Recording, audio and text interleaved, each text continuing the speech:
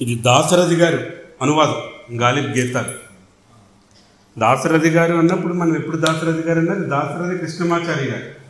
వాళ్ళ తమ్ముడు రంగాచారి గారిని ఎప్పుడు దాశరథి రంగాచార్యులని పూర్తి పేరుతో రిఫర్ చేస్తారు. అవును అవును, ఇద్దరు కూడా.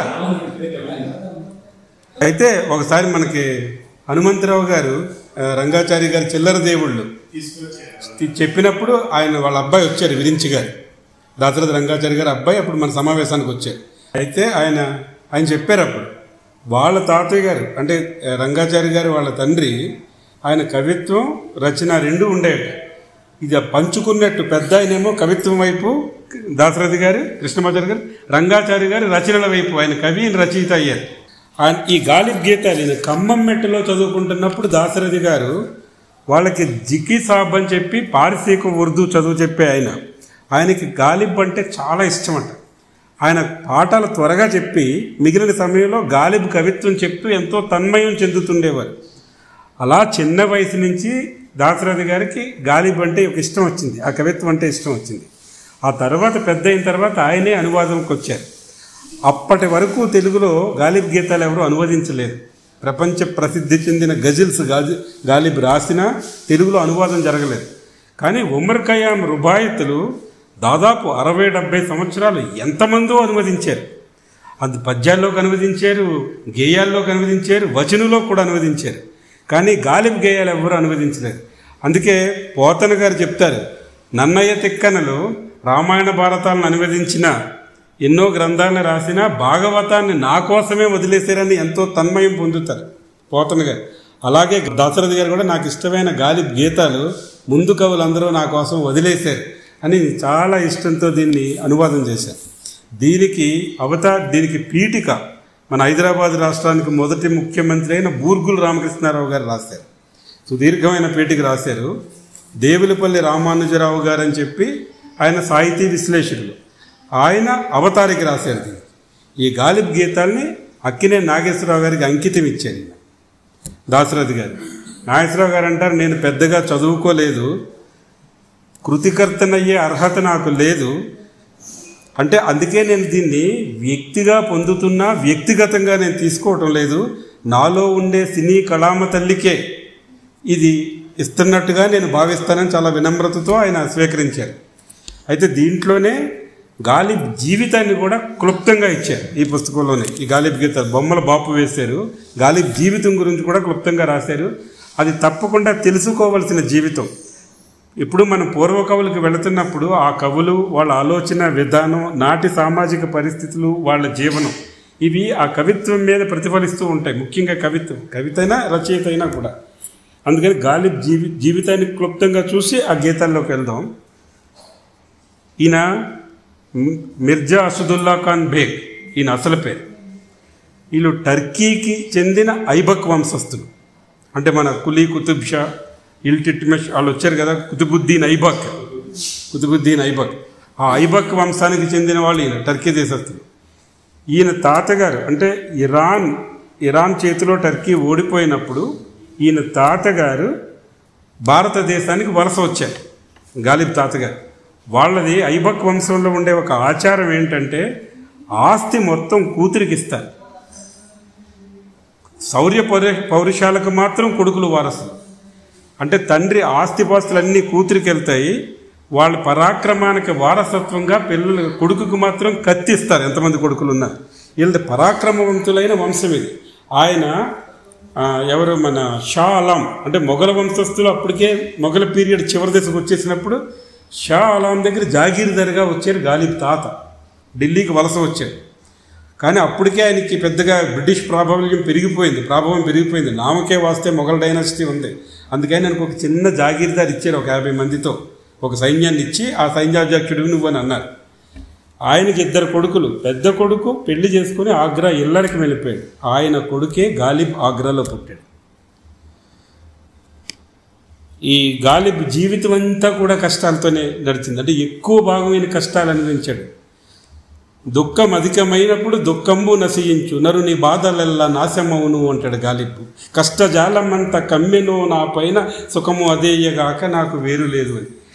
అంటే కష్టాలు పెరిగే కొద్దీ కష్టాలు తగ్గిపోతాయి. అంటే దుఃఖం పెరిగే కొద్ది దుఃఖం నశిస్తుందంట. మన దేవదాసులో కూడా ఉంటుంది కదా, బాధే సౌఖ్యమని భావనరా నీవోయ్ నీ ఎరుకే నిత్యమానందము అంటాడు. అలా గాలిబు ఎంత దుఃఖం వచ్చినా దుఃఖం పెరిగే కొద్ది దుఃఖం తగ్గిపోతుందని ఆయన కష్టాలని స్వీకరించాడు. కష్టాలతోనే ఆయన బతికేయగలిగాడు. చిన్నప్పటి నుంచి కూడా 5 సంవత్సరాల వయసులో గాలిబ్ తండ్రి చనిపోయాడు. ఆయనకి గాలిబ్కి హైదరాబాద్తో కూడా అనుబంధం ఉంది. గాలిబ్ తండ్రి హైదరాబాద్ నవాబుల దగ్గర సైన్యాధ్యక్షుడిగా పనిచేశాడు. కానీ గాలిబ్ 5 సంవత్సరాల వయసులోనే ఆయన చనిపోయాడు. చనిపోతే ఈయన పినతండ్రి సంరక్షణలోకి వెళ్ళాడు. ఈయనకు ఒక 11 సంవత్సరాల వయసు వచ్చినప్పుడు పినతండ్రి కూడా చనిపోయాడు. అయితే ఆ మొఘల్ పీరియడ్ ఇస్తున్న వాళ్ళు ఇచ్చే ఒక పెన్షన్ లాంటి దాంతోనే గాలిబ్ జీవనం గడిచేది. చిన్నప్పటి నుంచి కూడా గాలిబ్కి చదువుకోవడం అది ఇష్టంగా ఉండేది. గాలిబ్తో చిన్నప్పటి నుంచి ఏదో రాస్తూ ఉండేవాడు. ఒక ప్రఖ్యాతి పొందిన కవి, ఆయన అరబిక్ కవి, పర్షియన్ కవి, ఆయన గాలిబ్తో మాట్లాడి ఇతనిలో గొప్ప కవి అవ్వాల్సిన లక్షణాలు ఉన్నాయి, ఇతన్ని ఎవరి దగ్గరైనా గురువు దగ్గర చేర్పించండి అని చెప్తాడు. కానీ ఏ గురువు లేకుండానే గాలిబ్ తర్వాత కాలంలో గొప్ప కవి అయ్యాడు. ఆగ్రాకి వాళ్ళు ఉంటున్న ఇంటి దగ్గరికి అహ్మద్ అసద్ అని చెప్పి అక్కడ ఒక పార్సీకి కవి విదేశాల నుంచి వచ్చి అక్కడ చాలా సంవత్సరాలు వీళ్ళ ఇంట్లో ఉన్నాడు. ఆయన దగ్గర ఒక 2 సంవత్సరాలు అయినా పార్సీక భాష నేర్చుకున్నాడు. 11 సంవత్సరాల వయసులోనే కవిత్వం రాసేవాడు. రాసి ఆయన కవులకి గురువులు లాంటి వాళ్ళకి చూపించేవాడు. పెద్దవాళ్ళకి చూపిస్తే ఒక ఆయన చిరాకు పడతాడు, ఏంటి నువ్వు ఇంత చిన్న వయసులోనే, ఎందుకంటే ఆయన ఒక ప్రయోగం చేశాడు, ఇదో కెచ్చే అని అంత్య ప్రయోగం ఏదో చేసి చూపిస్తే, ఎందుకు ఇటువంటి ప్రయోగాలు నువ్వు నేర్చుకోక అని చిరాకు పడితే అప్పుడు గాలిబ్ వెళ్ళి పుస్తకాలన్నీ చదివి అటువంటి ప్రయోగం గతంలో గొప్ప కవులు ఎవరు చేశారో దాన్ని తీసుకొచ్చి ఈయనకు చూపించాడు. చూపిస్తే అప్పుడు ఆయన అంటాడు, నీలో గొప్ప కవి కాగలసిన లక్షణాలు ఉన్నాయి, నువ్వు ఎప్పుడు ఎవరి మాట వినకు, నీకు తోచిందే నువ్వు రాయని చెప్పి. అది గాలిబ్ జీవితాంతం అదే చేశాడు. కవిత్వంలోనే కాదు, ఆయన జీవితంలో కూడా ఎవరి మాట వినకుండా ఆయనకి నచ్చినట్టు ఆయన బతికాడు. 13 సంవత్సరాల వయసులో పెళ్లి చేసుకొని లాహోర్ నవాబుల యొక్క వాళ్ళ అమ్మాయిని చేసుకొని ఢిల్లీకి వలస వెళ్ళిపోయాడు. అక్కడి నుంచి జీవితాంతం ఢిల్లీలోనే బతికాడు. గాలిబ్కి ఢిల్లీ అంటే చాలా ఇష్టం. ఢిల్లీలోనే బ్రతికాడు. షా జఫర్ అంటారు, బహదూర్ షా అంటే మొఘల వంశంలో లాస్ట్ వాడు బహదూర్ షా. బహదూర్ షా దగ్గర బహదూర్ షా ఆయనకి కొలువులో కూడా పెట్టుకున్నాడు. ఆయనకి జఫర్ అనే కలవనేమి ఉండేది, దాంతో ఆయన రాస్తున్నాయి గాలిబ్ అన్నీ దిద్దుతూ ఉండేవాడు, తప్పు ఒప్పులని ఆయనకు చెప్తూ ఉండేవాడు. ఆ షా జఫర్ దగ్గర ఉండేవాడు. వాళ్ళు సంవత్సరానికి 750 రూపాయలు, ఆ రోజుల్లో అది ఎక్కువే, మొఘల్ పీరియడ్ నుంచి ఆయనకు వస్తుండేది. భార్య తరపు నుంచి 600 రూపాయలు వస్తుండేది.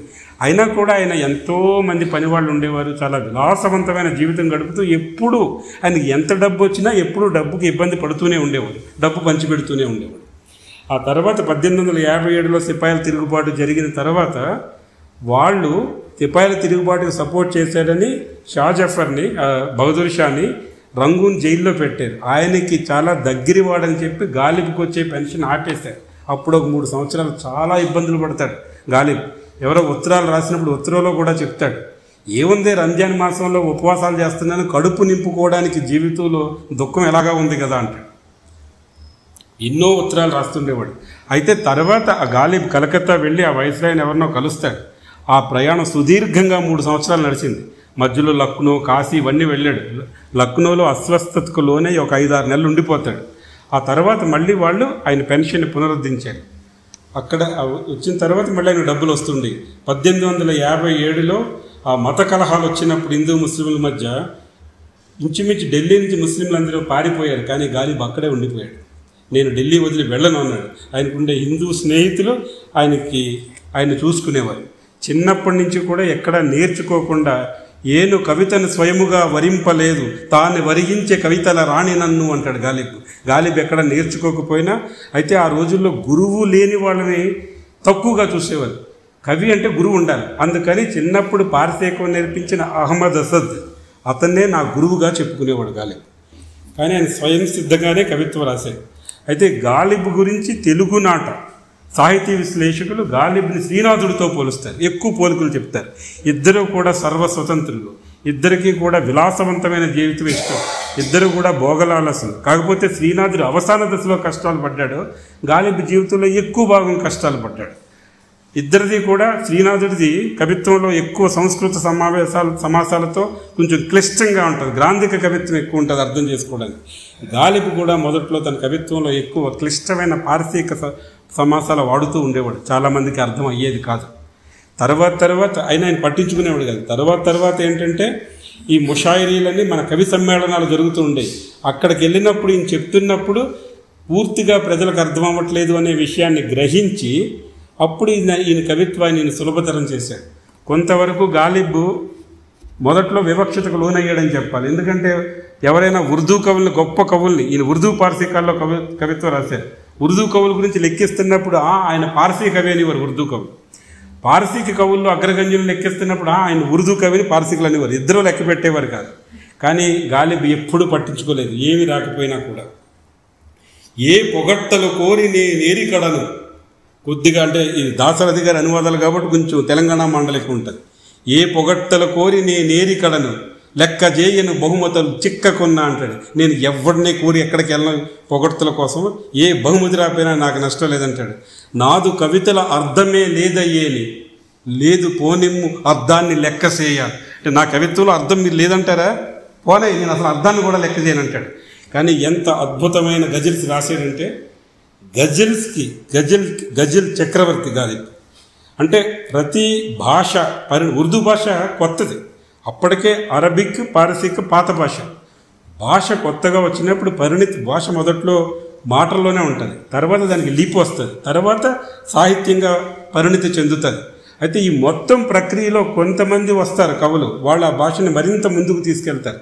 తెలుగు భాష వరకు భాషకు ఉన్నతమైన స్థానాన్ని ఇచ్చినవాడు తిక్కన గారని చెప్పాలి. తిక్కనకి ముందు ఎంతమంది గొప్ప కవులున్నా, నన్నయ్య కానీ లేకపోతే మన పాల్కురికి సోమనాథుడు లాంటి వాళ్ళు ఉన్నా, తెలుగులో తిక్కన రాసిన తర్వాత తెలుగు భాష స్థాయి పెరిగింది. అలా గాలిబ్ గజల్స్ వల్ల ఉర్దూ భాష యొక్క స్థాయి పెరిగింది. ఎంత గొప్ప గజల్సో గాలిబ్ రాశాడు. అందులో అన్ని ముద్రించలేదు, వాళ్ళ స్నేహితులు కొన్ని ముద్రలు చేసేవారు. ఈయనకి నచ్చిన భాగాన్ని కొన్ని షాహిరీల్ని, కొన్ని గజల్స్ని ఎంచుకొని కొన్నిటిని మాత్రం ఈయన అనువాదం చేశాడు. గాలిబ్కి మొదటి నుంచి కూడా చాలా గొప్ప పండితుడు కూడా. ఆయన డిక్షనరీల్ని, బుర్ఖాన్ ఖాయిదా ఏదో పేరుంటుంది, అందులోని తప్పుల్ని సవరించాడు. ఈయనకి గొప్ప జ్ఞాపక శక్తి ఉండేది. రాత్రులంతా కూడా ఆయన ఉంటూ ఆలోచించుకుంటూ ఈయనకి మధువు అంటే చాలా ఇష్టం. ఫ్రెంచ్ మధువు తాగడానికి ఇష్టపడేవారు. అది మధువు తాగుతూ ఆయన ఆలోచనల్లోకి వెళుతూ ఆ ఆలోచనలనే కవితగా అనుకొని, ఒక పద్యంగా అనుకొని రాయడం బద్ధకంగా ఉండేదట. ఆయన వేసుకునే పైజాబా నాడాకు ఒక బొందేసేవాడట ముడి, మళ్ళీ కొంతసేపు ఆలోచించి ఇంకొక పద్యం అనుకొని మళ్ళీ ఇంకొక ముడి వేసుకునేవాడు. అలా ముళ్ళు వేసుకుంటూ పద్యాలు మనసులో రాసుకొని ముళ్ళు వేసుకొని ఉదయం ఒక్కొక్క ముడి విప్పుతూ ఆ పద్యాలు కాగితం మీద గుర్తు చేసుకుని రాసేవాడు. సో హాస్య చతురత, స్పాంటేనిటీ ఉన్న మనిషి, అంటే సమయస్ఫూర్తి, హాస్యం గాలిబ్ జీవితంలో చాలా ఎక్కువ ఉంటాయి. గాలిబ్ మామగారు అంటే గాలిబ్ భార్య పెదనాన్నగారు వాళ్ళు వచ్చి ఈ మహమ్మద్ ప్రవక్తల యొక్క వంశ చరిత్రని వాళ్ళు రాస్తారు. అప్పుడు ప్రతులుగా రాస్తుండేవారు. అవి రాయమని అడిగారు గాలిబ్. అవి చూసి రాయడం అన్నది ఆయనకు అస్సలు నచ్చలేదు, చాలా బోరైన పని అనుకున్నాడు. కానీ కాదని లాగిపోయాడు, భార్యకు పెదనాన్న వచ్చారు కాబట్టి. అలాగే అని చెప్పి ఆ వంశ చరిత్ర మొత్తం రాయకుండా మధ్యలో 2-3 పేర్లు తీసేస్తుండేవాడు. అంటే ముత్తాత రాస్తే తాత తండ్రి రాయడు, మళ్ళీ కొడుకు రాస్తాడు. అలా ముక్కలు వదిలేసి రాసి చూపిస్తే ఆయన చూసి, అదేంటి మధ్యలో కొన్ని పేర్లు వదిలేసావు, భక్తులకి త్వరగా మోక్షం రావడానికి దగ్గర కనిపెట్టానని చెప్పాడు. ఈయనతో పడ్డం ఎందుకని చెప్పి వాళ్ళు వదిలేశారు. అంటే అన్నీ కూడా మధువు చాలా ఇష్టపడేవాడు. జోదం అంటే చాలా ఇష్టం ఉండేది ఆయనకి. కానీ బ్రిటిషర్స్ జోదాన్ని నిషేధించేది, జోదం ఆడొద్దన్నారు. గాలిబ్ పట్టించుకోలేదు, ఆయన ఆడుతుండేవారు. చివరికి వాళ్ళు ఆయనకు 6 నెలల ఖైదు వేసారు. ఆయన జైల్లో ఉన్నాడు. జైల్లో కూడా చాలా మామూలుగా విలాసవంతంగా గడిపినట్టే గడిపేవాడు. 3 నెలల తర్వాత ఈయన సత్ప్రవర్తన కారణంగా వదిలేశారు. స్నేహితులు తీసుకొచ్చి ఆయన ఇంట్లో పెట్టుకున్నాడు. వాళ్ళందరూ కూడా పరామర్శకు వచ్చేవారు, జైలు నుంచి వచ్చేవా నువ్వు అని చెప్పి. వచ్చిన వాళ్ళు అడిగారు, అయ్యో పోన్లే మొత్తం మీద ఏమైతే నేను ముందే వచ్చేసావు, త్వరగా జైలు నుంచి శిక్ష మొత్తం లేకుండా త్వరగా జైలు నుంచి వచ్చేసావంట. అంటే తెల్లవాడు జైలు నుంచి వచ్చి ఈ నల్లవాడి జైల్లో పడ్డానంటాడు గాలిబ్. అంటే అతని స్నేహితుడి పేరు కాలామియా. ఆ తెల్లవాడి జైల్లోంచి వచ్చి ఈ నల్లవాడి జైల్లో నన్ను ఇక్కడ నిర్బంధించాడని వాడు అన్నమాట. గాలిబ్ని ఆ షా జఫర్ బహదూర్ షా రాజు అడుగుతాడు, మీరు రంజాన్ ఉపవాసాలు చేసేరా అని. ఒకరోజు చేయలేదంటాడు ఈయన. అందరూ చాలా ఆనందపడతారు, ఈయన ఒక్కరోజే లేడు ఉపవాసం అనుకుని. కానీ గాలిబ్ ఒక్కరోజు కూడా ఉపవాసం లేడు, అందుకే ఒక్కరోజు చేయలేదన్నాడు అనమాట. వాళ్ళకి 39 రోజులు రంజాన్ ఉపవాసం చేశాడు అనుకున్నారు. అలా ఎక్కడికక్కడికే చాలా సమయస్ఫూర్తితో చాలా సరదాగా సమాధానాలు చెప్పేవాడు. గాలిబ్ అంటే ఇష్టపడే గాలిబ్ స్నేహితులు, ఇంత మధువు తాగుతున్నావు నువ్వు, మధువు తాగేవాడి ప్రార్థనల్ని భగవంతుడు ఆలకించడంట. తాగడానికి మధు ఉంటే భగవంతుడిని దేనికి ప్రార్థించాలని గాలిబ్ అంటాడు. ఆయన అంతలా సరదాగా ఉల్లాసంగా కష్టాలను కూడా, అంటే గాలిబ్ తన కవిత్వంలో కూడా ఏం చెప్పాడంటే, నాకు ఎందుకు కష్టం ఇచ్చేవని దేవుణ్ణి ఎప్పుడు అడగడం, నా దుఃఖాన్ని తగ్గడానికి 10 హృదయాలను ఇవ్వాల్సింది నువ్వు, ఇంకా ఎక్కువ దుఃఖాన్ని భరించేవాడిని అని అంటాడు. మనుషుల మీద స్నేహితులు అంటే చాలా ఇష్టం. ఉత్తరాలు చాలా, ఆయనకు వచ్చిన ప్రతి ఉత్తరానికి సమాధానం రాసేవాడు. ఆయనకి 100 వేలలో ఉత్తరాలు వచ్చాయి. అన్నీ కూడా మేము కవిత్వం రాస్తున్నాం దిద్దమనే, అవన్నీ కూర్చొని గంటల తరబడి ఉత్తరాలకు సమాధానాలు రాసుకునేవాడు ఆయన. ఇక కొంతమంది ఉత్తరాలకు స్టాంపులు అంటించకుండా వస్తే ఈయన డబ్బులు కట్టుకొని ఆ ఉత్తరాలు తీసుకొని రాసేవాడు. ఎవరన్నా అప్పుడు తిరిగి రిప్లై కవర్లా పెట్టుంటే కోపం వచ్చేది దీనికి, ఎందుకు నేను ఆ మాత్రం తిరిగి సమాధానం రాయినా అని చెప్పి. ఎంతమంది ఎన్ని ఉత్తరాలు వచ్చినా ఆ ఉత్తరాలు రాసేవారు. గాలిబ్ వచన సాహిత్యం ఏమీ రాయలేదు, కానీ ఆయన రాసిన ఉత్తరాలే ఉర్దూలో తర్వాత వచ్చిన వచన సాహిత్యానికి పునాది. ఆ ఉత్తరాల్లోంచే కథలు, నవలలు, రచనలు అన్నీ కూడా ప్రేరణగా వచ్చాయి, ఇంత గొప్పగా మనం రాయొచ్చు అని చెప్పి. అలాగే ఒక వయసు దాటిన తర్వాత 65-70 సంవత్సరాల వయసు వచ్చాక నేను రాయలేకపోతున్నాను, నాకు ఉత్తరాలు ఎక్కువ రాయకండి అని నేను అభ్యర్థించాడు. అయినా కూడా వస్తూ ఉండేవి, ఇంకా అలా రాస్తూనే ఉండేవాడు, వాటికి సమాధానాలు రాస్తూనే ఉండేవాడు. ఆ మహమ్మారి వచ్చింది ఆయన ఉన్నప్పుడు, కలరా మహమ్మారి లాంటిది వచ్చి ఆయనకు ఉత్తరం రాస్తారు ఎవరో, మహమ్మారి అంతా వచ్చిందంట కదా, నువ్వు ఎలా ఉన్నావని చెప్పి. 70 సంవత్సరాలు ముసలోని నన్నే పట్టుకెళ్ళలేకపోయింది, ఇదేం మహమ్మారి, అయినా నేను నలుగురు నడిచే దారిలో నేను నడవను కదా, నాకేం అవ్వదులే అంటాడు. నిజానికి ఆ ఉన్నంతకాలం అతనికి ఏం అవ్వలేదు, ఆయన తర్వాత మామూలుగా చనిపోయాడు.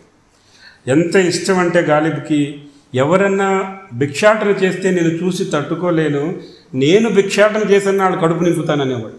ఆయన ఆర్థికపరమైన ఇబ్బందుల్లో ఉన్న రోజుల్లో కూడా పని వాళ్ళని ఎవరిని తీసేసేవాడు కాదు. అంటే ఈయన ఈ గజిల్స్లో 2 రకాలు ఉంటాయి, హకీకీ, మజాజీ అంటారు. హకీకీ అనేది అంటే దేవుణ్ణి కీర్తిస్తూ రాసే సూఫీ కవిత్వం లాంటిది. మజాజీ అనేది లౌకిక ప్రేమ, ప్రేయసి ప్రియుల మధ్యలో నడిచే కవిత్వం లాంటిది. ఈయన 2 రాశాడు, కానీ దాశరథి గారు ఎక్కువ లౌకిక ప్రేమనే అనువదించాడు.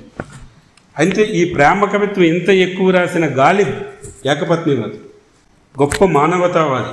ఈయన దగ్గరికి ఒక బతికి చెడిన స్నేహితుడు ఒకసారి వస్తాడు. ఆయన చాలా పల్చటి దాన్ని ఒక సైన్ క్లాత్ లాంటిది ఏదో దాంతో అంగారిక కుట్టించుకొని, జుబ్బా లాంటిది కుట్టించుకొని వస్తే ఒకప్పుడు గొప్పగా ఉండేవాడు.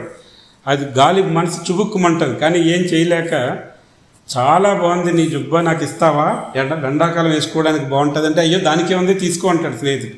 మరి నువ్వు ఎలాగెళ్తావు ఈ చొక్కా లేకుండా వెనక్కి అని చెప్పి ఇతని పట్టు షేర్వాణీలు అతనికి ఇచ్చి పంపించాడు, అంటే డైరెక్ట్గా సహాయం చేసినట్టు కాకుండా. అలా గాలిబ్ మాత్రం ఎంతోమందికి, చివరికి ఆయనకి బ్రిటిష్ టైంలో కూడా ఆయన్ని తీసుకొచ్చారు. ఆయన తీసుకొచ్చి ఆయనకి సన్మానం చేసి బిరుదులు ఇచ్చి ఎంతో గోల్డ్ మెడల్స్ లాంటివన్నీ ఇచ్చారు. ఆ తర్వాత వాళ్ళు అడుగుతారు, మాకు ఇనాం ఇప్పించండి అని అక్కడ బంట్రోతులు. ఈ వచ్చిన మెడల్స్ అన్నీ మార్కెట్లో అమ్మేసి ఆ డబ్బు ఇనాంగా పంచిపెట్టేశారు. ఆయనకి దేని మీద, ఆయనకి ఎంతసేపు కవిత్వం, స్నేహితులు, మధువు, ఈ 3 మీద ఆయనకి ఇష్టం ఉండేది. నాకు గాలిబ్ ఎక్కువ గాలిబ్ని శ్రీనాథుడితో పోలుస్తారు, కానీ నాకు గాలిబ్కి ఉమర్ ఖయ్యామ్కి దగ్గర పోలికలు కనిపిస్తాయి. ఉమర్ ఖయ్యామ్, గాలిబ్ ఇద్దరు కూడా దేవుడి గురించి గొప్పగా చెప్పారు, కానీ వీళ్ళకి మత విశ్వాసాలు, పూజలు ఇటువంటి వాటికి దూరంగా ఉన్నారు. ఇద్దరికీ మధువు చాలా ఇష్టం. గాలిబ్ తర్వాత ఆర్థికపరమైన ఇబ్బందులు తట్టుకోవడం కోసం అప్పుడు మొట్టమొదటిసారిగా ఢిల్లీలో బ్రిటిష్ వాళ్ళు ఒక కాలేజీ స్టార్ట్ చేస్తూ యూనివర్సిటీలో పారసీక చదువు చెప్పడానికని చెప్పి పేపర్ నోటిఫికేషన్ ఇస్తే ఈయన దానికి అప్లై చేసుకున్నాడు. అప్లై చేసుకుంటే ఈయన కబురు వచ్చింది, రమ్మనమనే థామ్సన్ ఆ యూనివర్సిటీ హెడ్, ఈయన కబురు వచ్చింది. ఈయన మంది మార్బలంతో పల్లకీలో వెళ్ళాడు ఇంటర్వ్యూకి. వెళ్ళిన తర్వాత అక్కడ రండి అన్నారు వాళ్ళు, ఏది నాకు ఇన్విటేషన్ థామ్సన్ నుంచి వచ్చింది, థామ్సన్ వచ్చి నన్ను లోపలికి పిలవాలి అని చెప్పి వీళ్ళు వెళ్ళి థామ్సన్ చెప్పారు, ఆయన మీరు వచ్చి పిలిస్తే ఆయన లోపలికి వస్తానంటున్నాడని. థామ్సన్ అంటాడు, గాలిబ్ చాలా గొప్ప కవి, ఆయన అంటే నాకు చాలా గౌరవం ఉంది, కానీ నేను ఈ సంస్థకు అధిపతిని. అతను ఈ సంస్థలో ఉద్యోగం కోసం వచ్చాడు. సంస్థకు అధిపతినైన నేను ఉద్యోగం కోసం వచ్చిన అభ్యర్థి దగ్గరికి వెళ్ళి పిలవకూడదు, అందుకని నేను రానంటాడు. అదే విషయం వాళ్ళు వచ్చి గాలిబ్కి చెప్తారు. అయితే నా గౌరవాన్ని తగ్గించే ఈ ఉద్యోగం నాకు వద్దు అని గాలిబ్ వెనక్కి వెళ్ళిపోయాడు. ఎందుకంటే కవిగా నేను గౌరవిస్తున్నాం, కానీ ఉద్యోగం అంటే నీ గౌరవం తగ్గుతుంది కదా, అందుకు నేను వెనక్కి వెళ్ళిపోయాను. చాలా ఎన్ని కష్టాలే పడతాడు. గాలిబ్ ఒక్కడే తమ్ముడు, చిన్నప్పటి నుంచి పిచ్చివాడు. ఆ 1857 ఆ మత కలహాలు, ఆ సిపాయిల తిరుగుబాటు, ఆ సమయంలో అతను చనిపోతాడు. చనిపోయినప్పుడు అతనికి దహన సంస్కర్యాలు చేయడానికి అంటే వాళ్ళు పూరుస్తారు కదా, కొత్త క్లాత్ కూడా వాళ్ళకి దొరకదు. స్నేహితుల యొక్క సపోర్టుతోనే తీసుకెళ్ళి ఏదో కష్టపడి చేస్తారు. గొప్ప మానవతావాది. గాలిబ్ కవిత్వంలో నాకు బాగా నచ్చేది కూడా మొట్టమొదటి ఇదే, ప్రతిదీ సులభముగా సాధ్యపడదులేమ్ము. అంటే ఈ ప్రపంచంలో ఏది సులువుగా రాదు. ప్రతిదీ సులభముగా సాధ్యపడదులెమ్ము, నరుడు నరుడౌట ఎంతో దుష్కరమ్ము సుమ్ము. మనిషిగా పుట్టినవాడు మనిషిగా బతకడం కూడా ఎంతో కష్టం అంటాడు. అంటే మనుషుల్లో మానవత్వం తగ్గిపోతుంది అని చెప్పడం. షాయిరీలు అంటే రుబాయిల్ని ఎంతోమంది అనువదించినా షాయిరీలు గజల్స్ ఎందుకు అనువదించలేదు అని నాకు అనిపిస్తుంది. అంటే రుబాయిలు 4 లైన్లు ఉంటాయి, గజల్ 2 లైన్లు ఉంటుంది. 2 లైన్లో ఉపమానం, ఉపమేయం, భావం, శబ్దం 4టిని అనువదించడం చాలా కష్టం. అందుకే ఎవరో అనువదించకపోయి ఉండొచ్చు.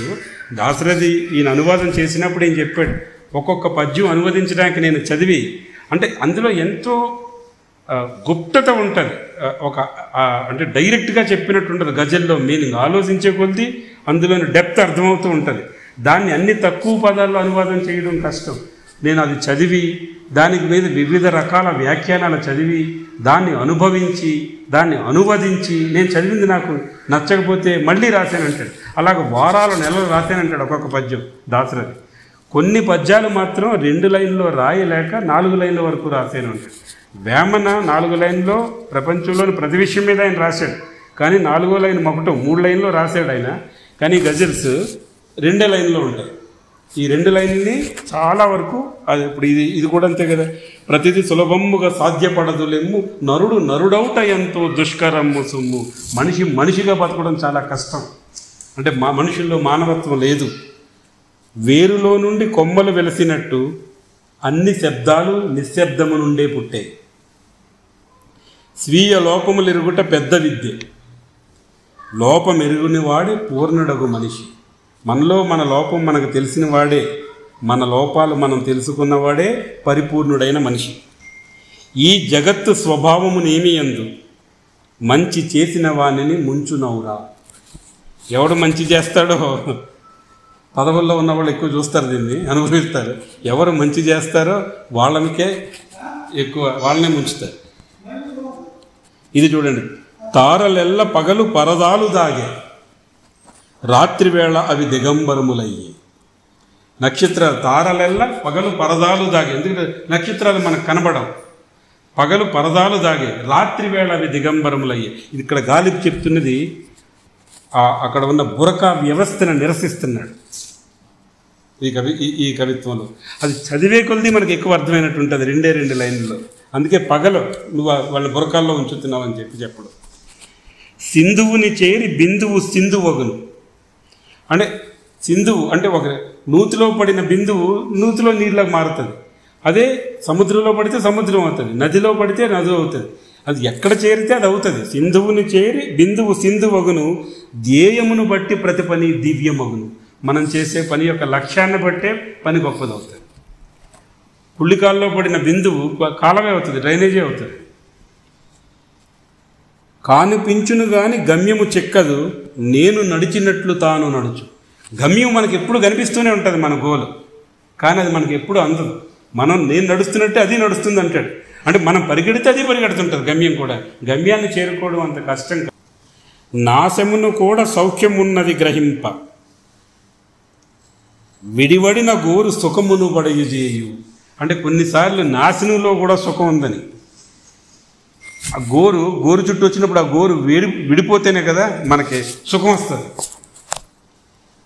ఇది నాకమును పారవేయుడి నరకమందు, నాకం అంటే స్వర్గం, నాకమును పారవేయుడి నరకమందు అమృతం ఆశించు భక్తుల ఆశలుడుగా. అంటే ఈ స్వర్గాన్ని తీసుకెళ్ళి నరకంలో పారేయమంటున్నాడు. స్వర్గం కోసం కోరుకునే వాళ్ళు దేని కోరుకుంటున్నారో ఈ పూజలు అంటే గాలిబి ఇక్కడ నిరసిస్తున్నది పూజల్ని. ఈ పూజలు ప్రార్థనలు మీరు అందరూ ఎందుకు చేస్తున్నారు? స్వర్గాలకు పోయి స్వర్గ సుఖాలు అనుభవించాలని చేస్తున్నారు. ఆ స్వర్గాన్ని తీసుకెళ్ళి నరకంలో పడసేస్తే అప్పుడు మీరు చేస్తారా ఇవన్నీ అని? అంటే భక్తి నిజమైన భక్తిగా ఉండాలి, కానీ కోరికలతో కూరుకున్న భక్తి వద్దు అన్నది గాలిబి చెప్పేది ఇందులో. నీటి చుక్క ముత్యమౌట వర్జించిన,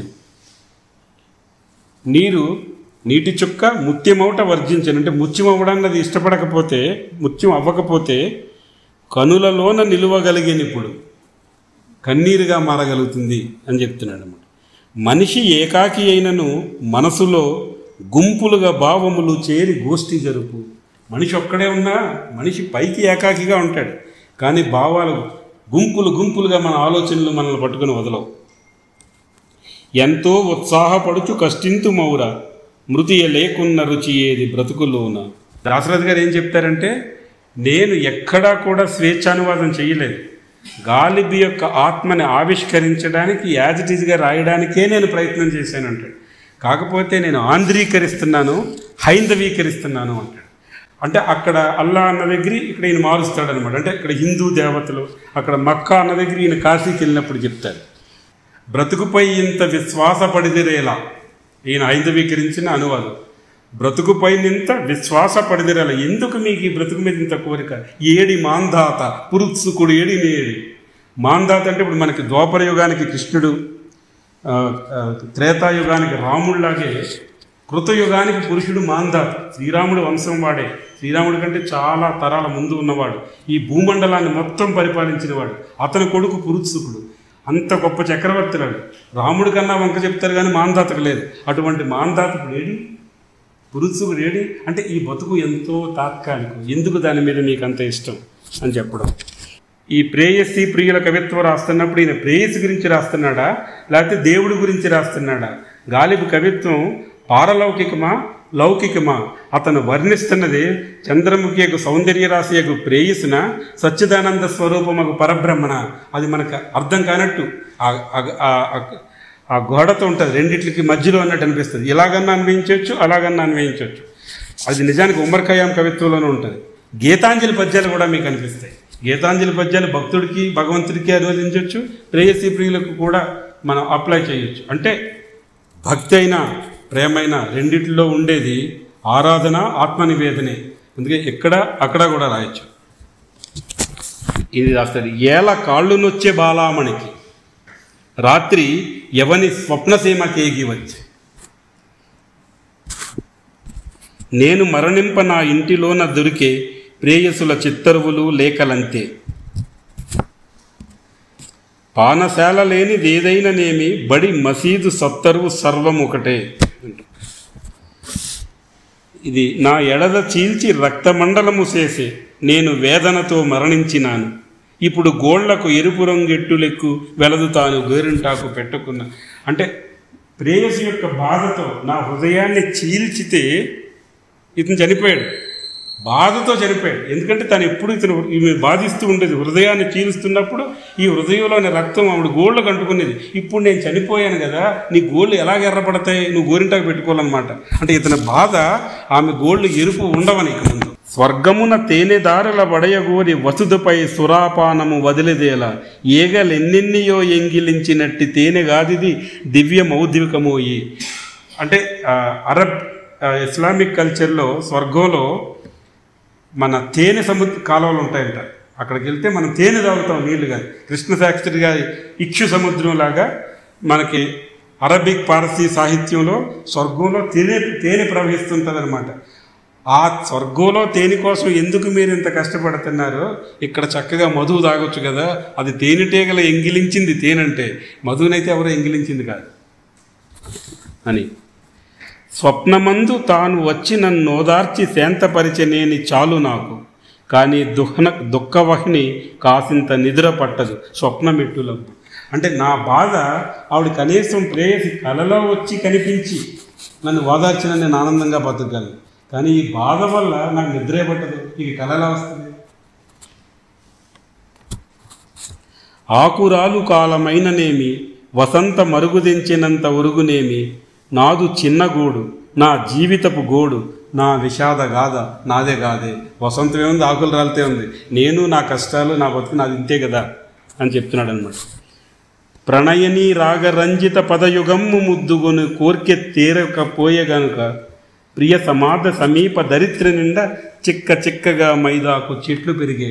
ప్రేయసి యొక్క గోరింటాకు పెట్టుకున్న కాళ్ళని ముద్దు పెట్టుకోవాలనే కోరిక తీరక ముందే ఇతను చనిపోతే ఆ సమాధి చుట్టూ ఆ కోరికకి చిహ్నంగా గోరింటాకు చెట్లు పెరిగాయట. ఇతరు తన గోరింటాకు పెట్టుకుంటుందని. గాలిబ్ అన్వరి ఖఖానీలకు సరిపడు కసీదాలు అంటే అన్వరి ఖఖానీ కసీదా. అన్వరి అంటే అరబిక్లో, ఖఖానీ అంటే పార్సీకోలో, కసీదా అంటే ఉర్దూలో. అన్వరి ఖఖానీలకు సరిపడే కసీదాలు రాసేవి అంటారు. అంటే ఇవన్నీ కూడా కీర్తనలు, భగవంతుని కీర్తిస్తూ రాసేవి. ఉమర్ ఖయాముకు సరిపడే స్థాయిలో ఉండే రుబాయిలు రాశాడు. ఈయన గజిల్స్ ఒక్కటే కాదు, ఉల్ఫీ తావీదులను మించిన గజిల్స్ రాశాడు. ఈయన యొక్క లేఖలే అద్భుతమైన వచన సాహిత్యంగా నాంది వచ్చింది. ఈయన యొక్క ప్రపంచ ప్రసిద్ధి పొందిన కవి. అయితే మనం ఉమర్ ఖయాం రుబాయిలన్నా, గాలిబ్ గీతాలన్నా, లేకపోతే ఠాగూర్ గీతాంజలి పద్యాలన్నా, కృష్ణశాస్త్రి గారి కృష్ణపక్షం అన్నా, తిలక్ అమృతం కురిసింది రాత్రి అన్నా, ఇంకి పాటలన్నా ఇవి అరగంటలో గంటలో చెప్పేవి కాదు. అవి ఎక్కువ ఫీల్ ఫ్యాక్టర్ ఎక్కువ ఉండేవి, అనుభవించేవి. ఒక వెన్నెల రాత్రి అంతా కూర్చొని ఒక్కొక్కటి చదువుకొని అలా గడిపితే అది చాలా ఆనందంగా ఒక 4-5 కూర్చొని ఎంజాయ్ చేసేలాంటిది. ఇది చాలా బాగుంటాయి. స్పీడ్గా మనం చదవలేము, కానీ ఇందులో చాలా వరకు చాలా కవితలకి వివరణలు కూడా ఇచ్చారు. సాధారణంగా మనకు అది ఎక్కువ కనిపించదు. చాలా గొప్ప గజిల్స్ని అనువాదం చేశారు దాశరథి.